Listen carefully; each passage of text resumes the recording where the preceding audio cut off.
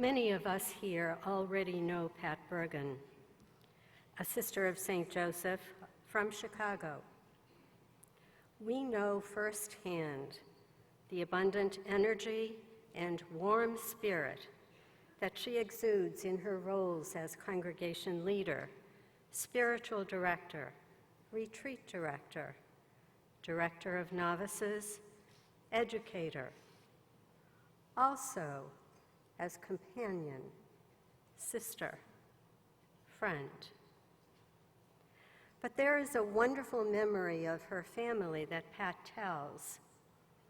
This, I think, speaks directly to who she is and how she is.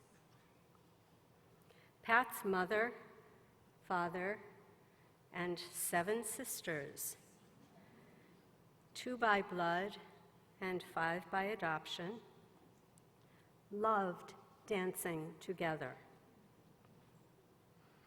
They couldn't afford rugs, she says, but the bare floors made it much easier. They danced often and joyously. Pat still dances at every opportunity, on the dance floor and in life. As a facilitator of a wide range of groups, religious, civic, academic, she loves the jostle and flow of ideas, discussion, and debate, tending toward a common goal. Pat delights in that moment in the process when all are in sync. The momentum intensifies. Possibility becomes reality. This is a moment of God's activity made manifest, and about which she will speak with us today. So, Pat, this ballroom is yours.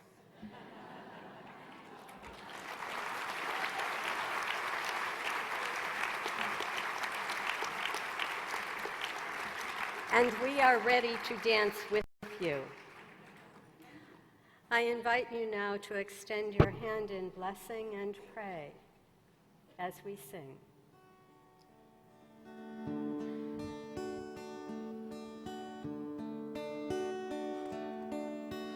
Oh, Spirit, guide me now. Oh, Spirit, guide me now. Oh, Spirit, guide her now. In your way, guide her.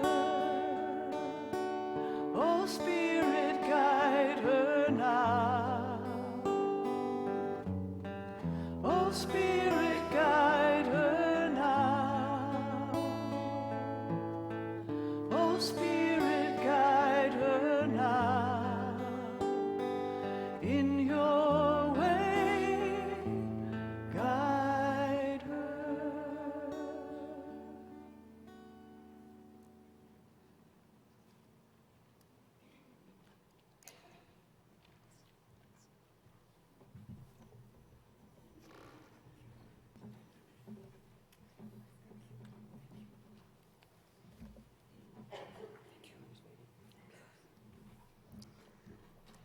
Aren't we the most blessed people in the world?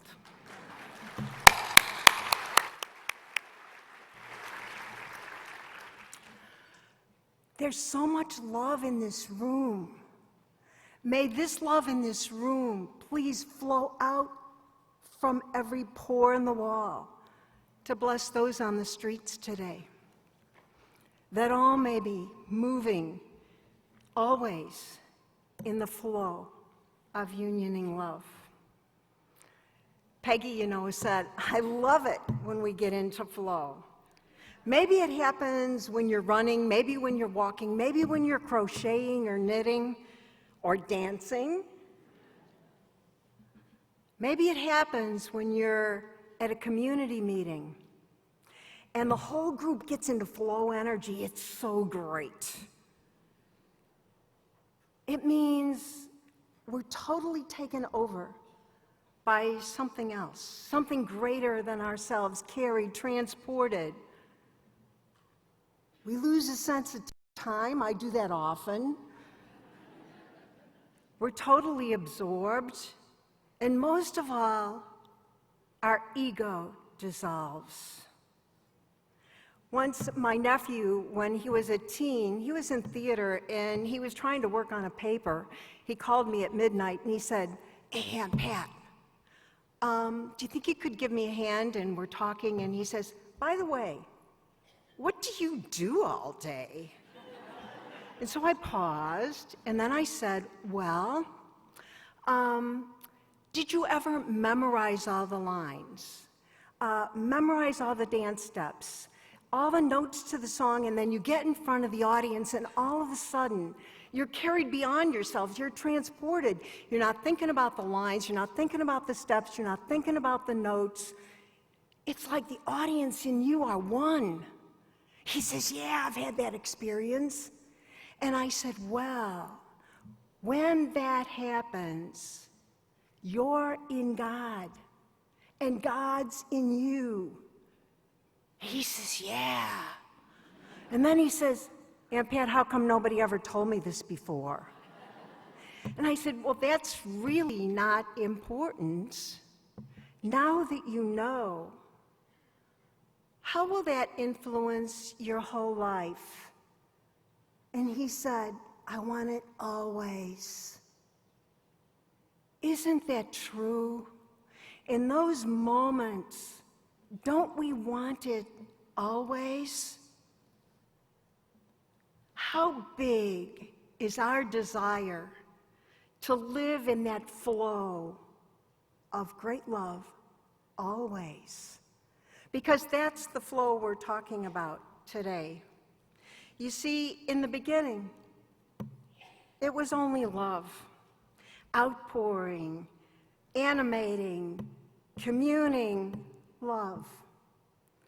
The whole of cosmic history is a story of that great love becoming more visible, audible, recognizable, and even more conscious. Events in history eventually brought about a sense of separation from Earth, from our neighbors, from ourselves, from God. And this illusion of separation unconsciously is imposing death and suffering on ourselves, our neighbors, and the whole planet. But then, in the course of history, we discovered through science what mystics had always known.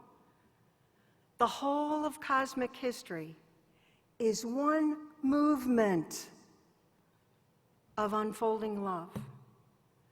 This interconnected and magnification of love, who is God, flowing always in our life, is all about flowing in this flow of unfolding love. And that's why people are singing, "We are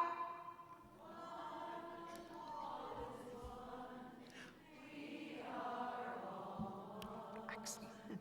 Jesus got it. The whole gospel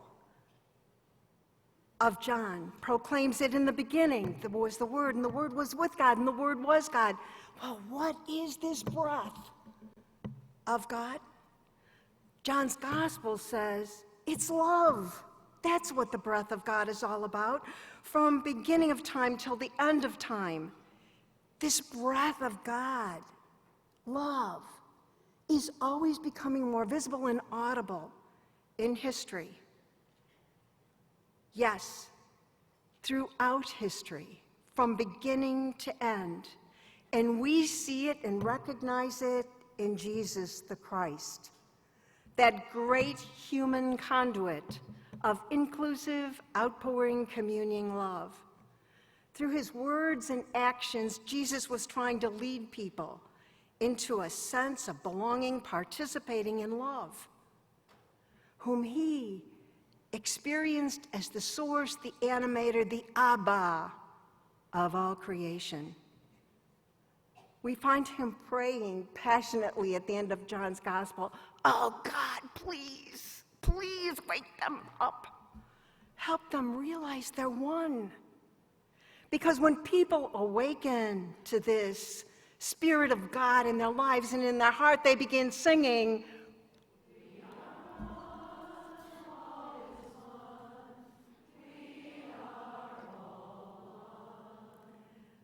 those who belong to the charism of St. Joseph have always been intuiting this, stimulated by love and receptive to love.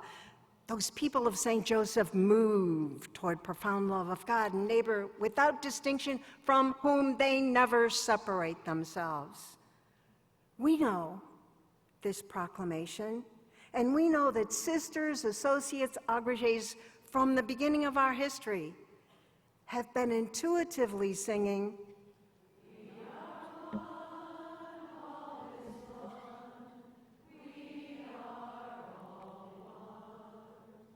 yes, since 1650 France, sisters, associates, agrégés of St. Joseph have been part of a movement of unifying love, magnifying in our own little design that great design of unifying love going on in the whole cosmos. Today, we want to look at our lives in terms of the concept of movement. It's a lens. Yesterday, we were privileged, through the great presentation of Mary Johnson, to look at our life through the lens of institute. We are both institute and movement. Whatever lens we look through, we see different aspects of our life.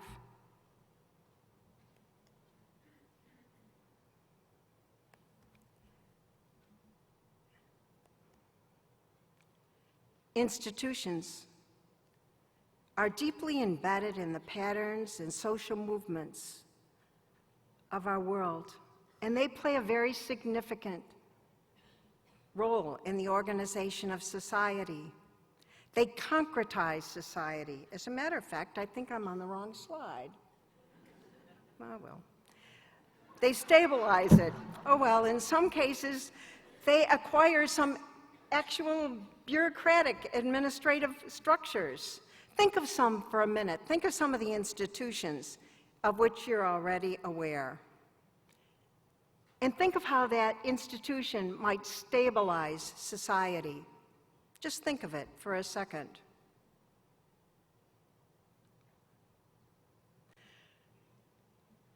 Religious institutions are civil corporations. They're guided by both civil law and canon law, and that's very important. But in 1977, Johannes Metz wrote a book called Followers of Christ. I'll see if I can find that slide.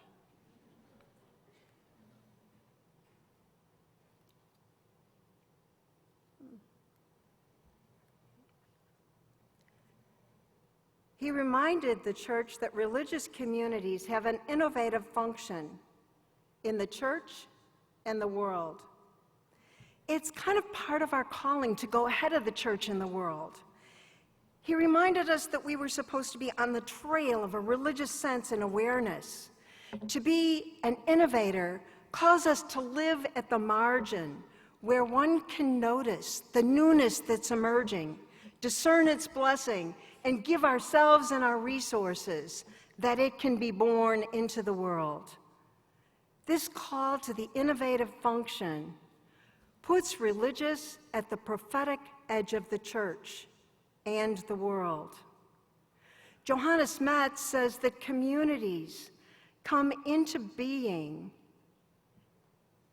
as movements of the Spirit. They start on the fringe of society at a point where social change first becomes noticeable and begins to establish itself.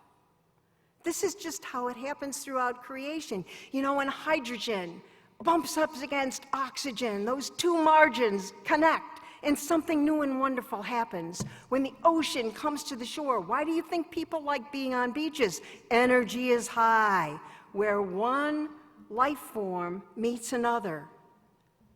We're to make our home at the edge, never in the center.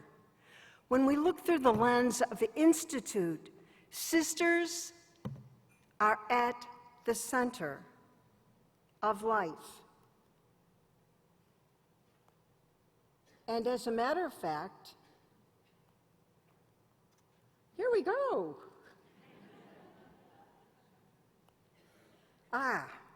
Sisters are at the center of life, and associates, agrégés, and everything else are like petals around a flower. But sisters are at the center. Think of some movements that you know of. The Occupy movement, some other movements. Think of them. What are some of the characteristics that come to mind when you think of these movements? Just let some of the characteristics come to your mind. Now, Wikipedia, that great dictionary, defines movements as gatherings of large numbers of people to pursue a goal they believe will improve society. Movements are in motion. They're never static. They're evolving, developing, changing, irritating, sometimes contracting, sometimes expanding, and they flourish in freedom. You will not find a movement in a repressive society. They're the key to democracy and peaceful change in society. Think of the movements active right today. They use mass communication, they incite gatherings, and always unite around a model, and their starters are full of moral fervor. They often move against power. They're composed of people with really strong beliefs. Movements are known for their flexibility. Neighborhood initiatives, they're adaptable and they're governed by policies rather than law. Their environment is experimental and exploratory. Movements seem to flow in all directions in order to achieve their goal. Think of the movement you named in your mind. Do any of the characteristics we just listed relate to the movement that you named?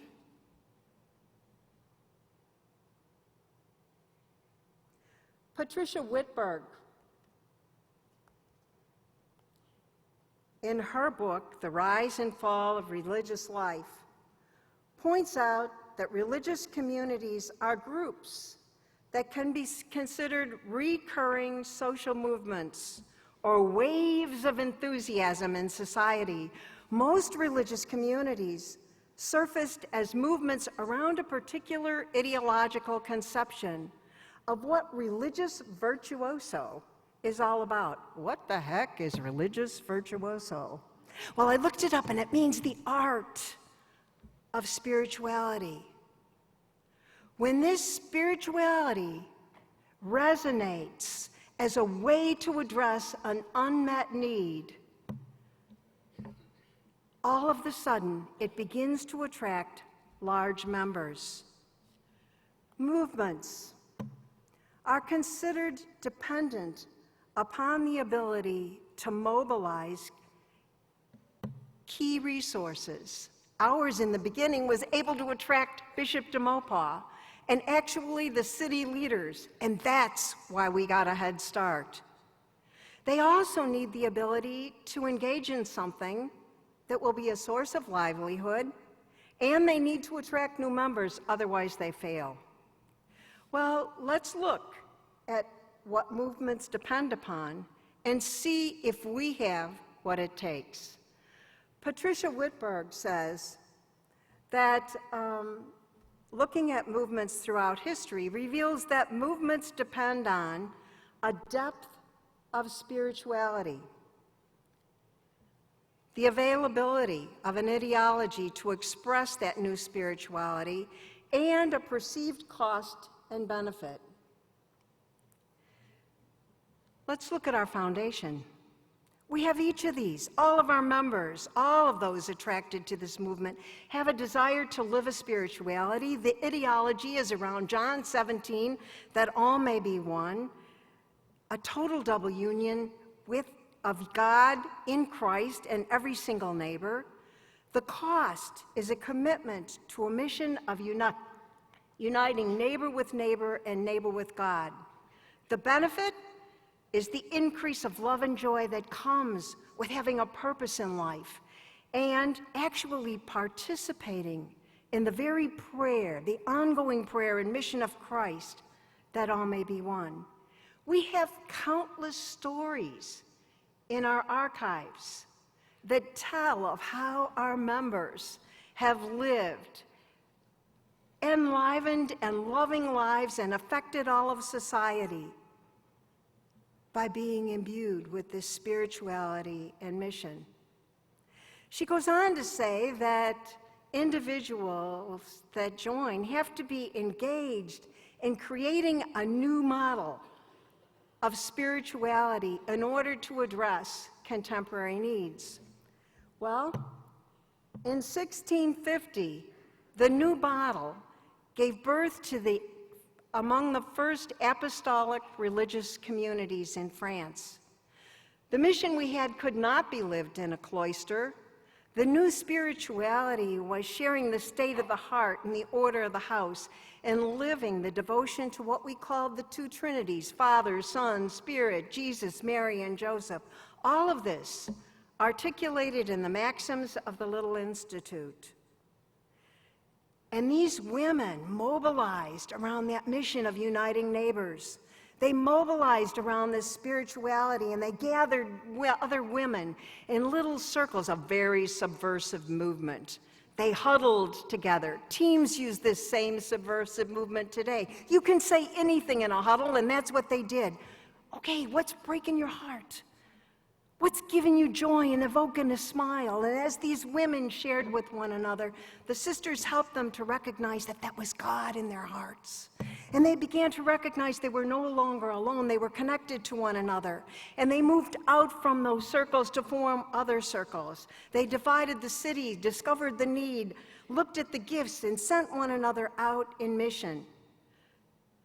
This ideology that attracted and influenced these people also attracted donors and leaders of the city. Their passion and commitment to love and unity with neighbor and neighbor and neighbor with God, with whom they refused to separate themselves, was seen as something that could rebuild a broken world. It attracted not only sisters and not only associates and agrégés, it attracted confraternities of mission, of mercy, and political patrons. They saw that lace making, these city leaders saw, aha, this lace making can change our whole city. It can give us a business. We can become something in our society. And they began to build an infrastructure in their towns and villages. And Bishop de Maupas even recognized, this is a value, a gospel value that has been lost in France. And it was being lifted up by these women. They also had to have a common language, a mother tongue. You know, this kind of got lost in history. We thought we were called to be teachers and educators. And then after Vatican II, remember when we discovered that we were called to be uniters? Our mission was unity. It was really exciting when we discovered that. It freed us, just as like our first sisters had been freed. We were here that all may be one. That creative energy was evoked among us. And then, in order for a movement to be successful, we actually have to be able to expand it to new audiences. In our beginnings, this is exactly what happened. The movement spread throughout France. It spread throughout the world. And then, in 1917, canon law solidified the concept of religious life and imposed a monastic way of living and praying on all religious communities.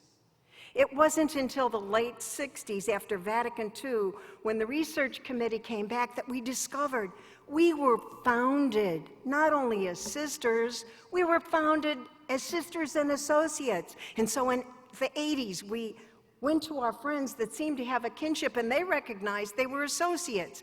And then in the 90s, we recognized that we were also founded with agrégés. And so some of our congregations began the agrégé movement, and others found that this named them well.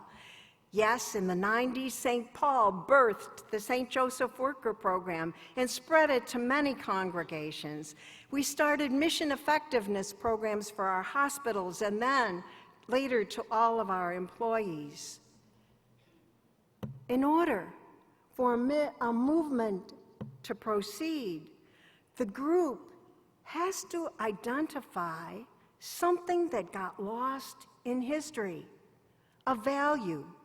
Well, of course, we recognized our own mission had gotten lost in history, but we also discovered the sharing of the state of the heart and the order of the house as our core spiritual discipline, which had gotten lost. In order for movements to continue, events have to get reinterpreted in light of a new understanding of the ideology. Well, we awakened to the fact that the universe was interconnected. And all of a sudden we saw that our mission of unity was not only for humans, our mission of unity included the whole universe. As a matter of fact, our mission of unity is the mission of the whole cosmos. This was new. This was dynamic. And it gave us a whole new sense of meaning. Not only were our values the values of human beings and the gospel, they were the values of unfolding the universe. So we awakened to our mission as being the same as the mission of the universe. We are one communion in a much larger communion, moving towards our fulfillment, which is the whole cosmos becoming the face of love. Everything we do, say, or think has implications that's going to move this forward or inhibit it. To know this means that we, along with others, have been commissioned to give ourselves and our resources to this consciousness 24/7. So, how does this mission become attractive? Patricia Whitberg says, when a person experiences a longing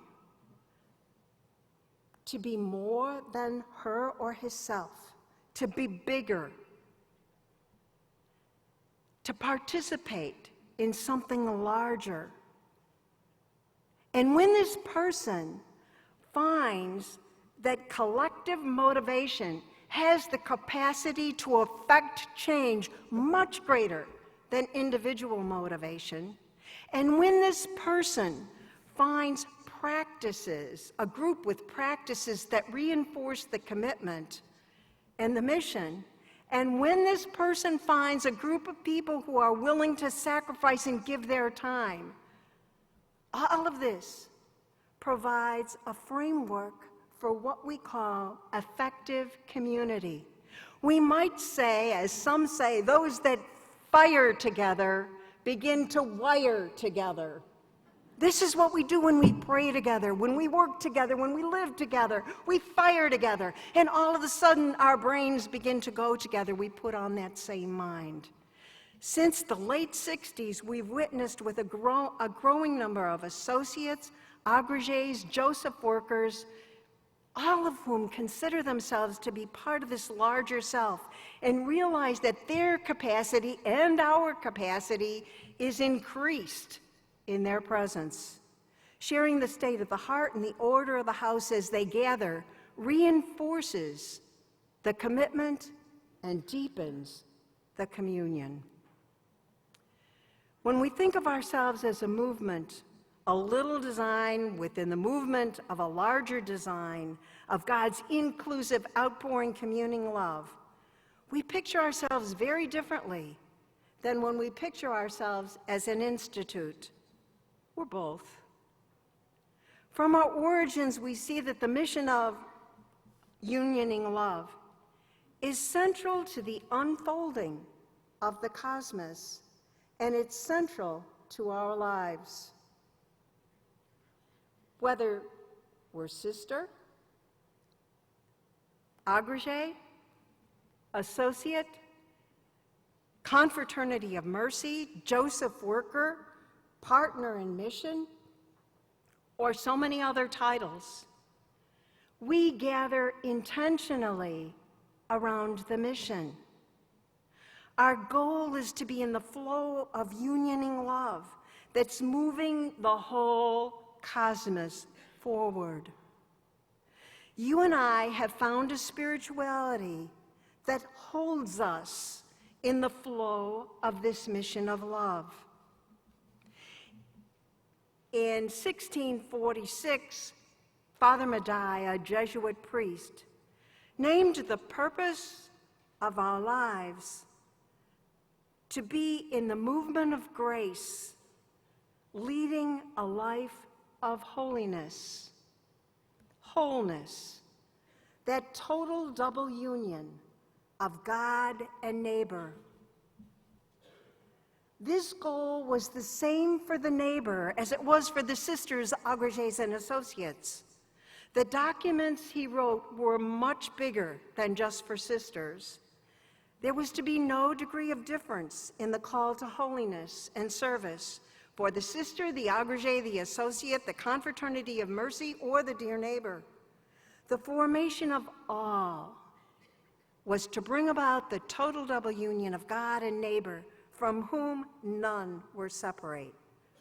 Yes, the love for neighbor would be the measure of our love for God.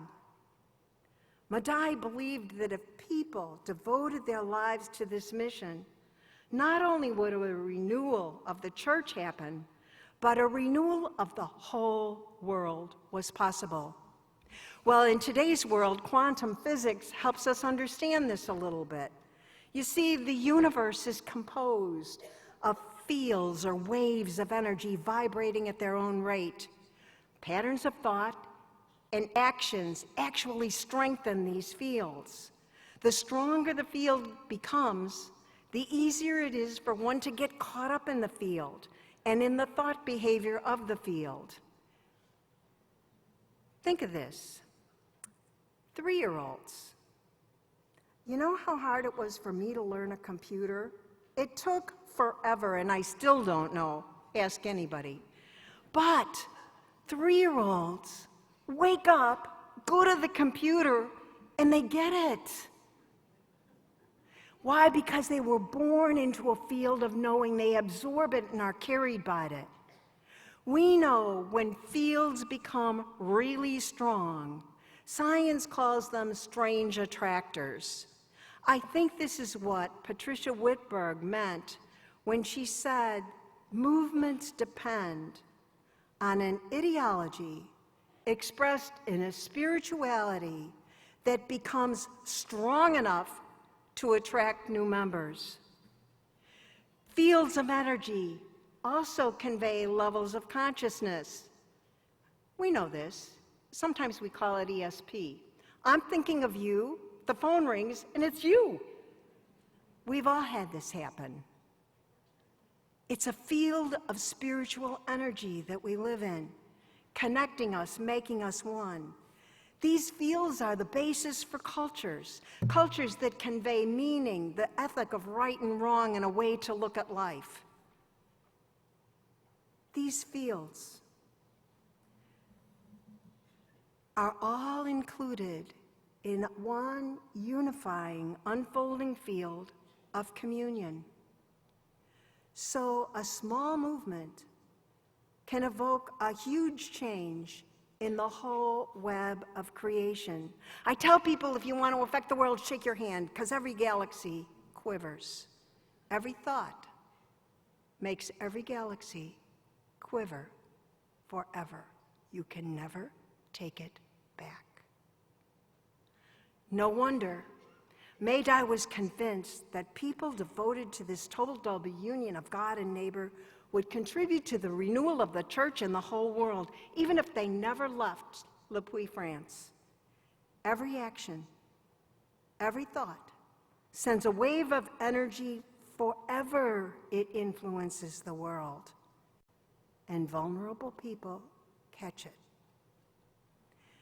We also learn from science that each little design is a replica of the big design, which is the movement of the unfurling cosmos. The universe, you know, is holographic, which means that each whole is within a larger whole. A small whole, that's W-H-O-L-E, contains the larger whole. Mutual indwelling is an aspect of the whole universe. We dwell in one another. The air I breathe is the gift of the tree. When I inhale, the tree becomes me. When I exhale, I become the tree. You inhale and you breathe in me, whether you like it or not. I inhale and I breathe in all of you. So what I'm doing today is reflecting back to you the consciousness that you already know. Separation is an illusion. To be truly whole is to carry the consciousness of self as including the whole cosmos from beginning to end. Madai and those first people of St. Joseph knew they had a mystical consciousness of oneness with God and every kind of neighbor. And within this mission, there were many, many ways of furthering it, bringing it to fruition. From our beginnings, Father Madai had a graced awareness. Sisters, associates, agrégés, confraternities of mercy, and dear neighbors. No one was central. All were important in this movement of unifying love. Everyone was needed to create this field strong enough to be a strange attractor that would carry every single vulnerable person out there. This mission of unity was the center of their life, the center of their ministry. And remember, they said that they could do anything as long as it brought about unity. They were advised to keep in mind the aim of their vocation, because it was of extreme importance. When we were founded in Le Puy was at a crisis point.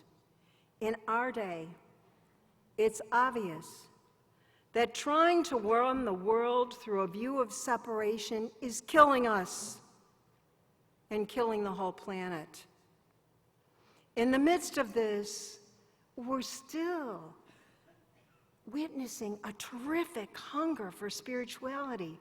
Blogs, magazines, books, all pointing. Young adults are hungering to align themselves with bigger groups. And they're willing to pay extreme sacrifice to change the world. Think of some of the groups they're joining. Characteristics of movements really do attract new members. Around the world,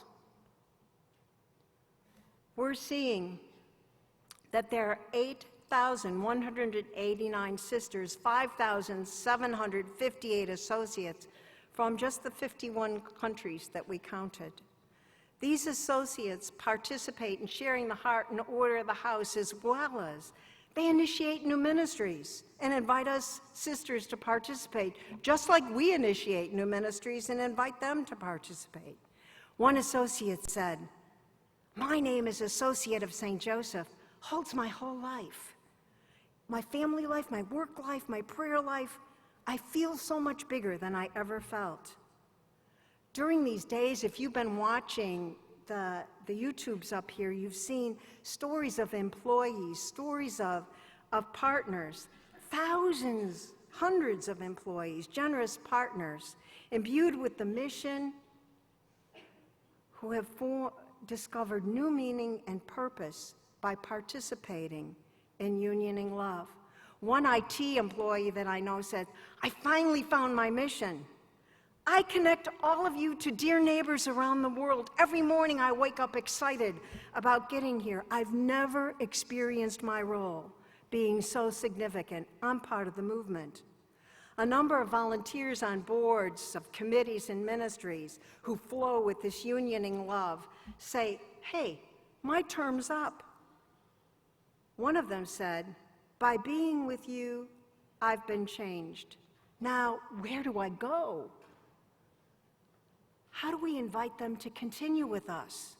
There's a place for them in this movement. And what about the benefactors? On a recent study, one said, "I don't want to be known just as giving money. I know I contribute to the mission that way. Claim me as one with you. I want to be more involved." A student said, "You made me who I am. Now what are you going to do with me?" Do we drop them? Or have we discovered ways to discern with them how they want to be included in this movement? We need them, and they want to be included. One Joseph worker, well, all the Joseph workers, I think, continued to share the state of the heart and the order of the house by Skype. One of them, married, pregnant, they're talking with their husband, and they had a conversation of the values they wanted their child to live and grow in. And all of a sudden she says, "Oh my gosh, all of these are the values that I learned in the Joseph Worker Program. You know, you and I are really one of them." As we entrust our hospitals, colleges, high schools to boards, mission integration programs are on the rise. Some of them are 2-year processes, and the candidates have to develop a whole new program for expressing the charism. And now we have a new program coming to birth, Spirits of Fire, to awaken and form directors of ministries and mother house directors throughout our federation in the mission and the charism of love. Our high school faculty and students gather together across the country in programs to nurture them in mission, vision, and CSSJ spirituality. This is a part of that flow of unioning love that's happening always and in all places. It's what we mean by the movement. And this isn't only happening in the U.S. Griselda Martinez, our former NGO partner, a representative, gathers laity in circles in Mexico. I was talking with her, and she says, "I gather them, we share the state of the heart, and then I leave and find out months later that they were so ignited with hope that they keep on meeting." They're part of the movement. Maybe this is what Father Madine meant when he wrote, "They will be a body without a body, a congregation without being a congregation." Maybe we're seeing signs of that right now. Sharing of the state of the heart and the order of the house is the core spiritual dynamic to deepen communion and commitment to the movement. Others beyond ourselves are noticing the power of this practice. Barbara Marx Hubbard called. She wanted us to dictate the process, and then she took it to the Occupy movement when they were beginning to lose their vision. Then she begged for a presentation and facilitation of sharing the state of the heart and the order of the house on the Shift network. Thousands of people online that night entered into the process of sharing the state of the heart and the order of the house.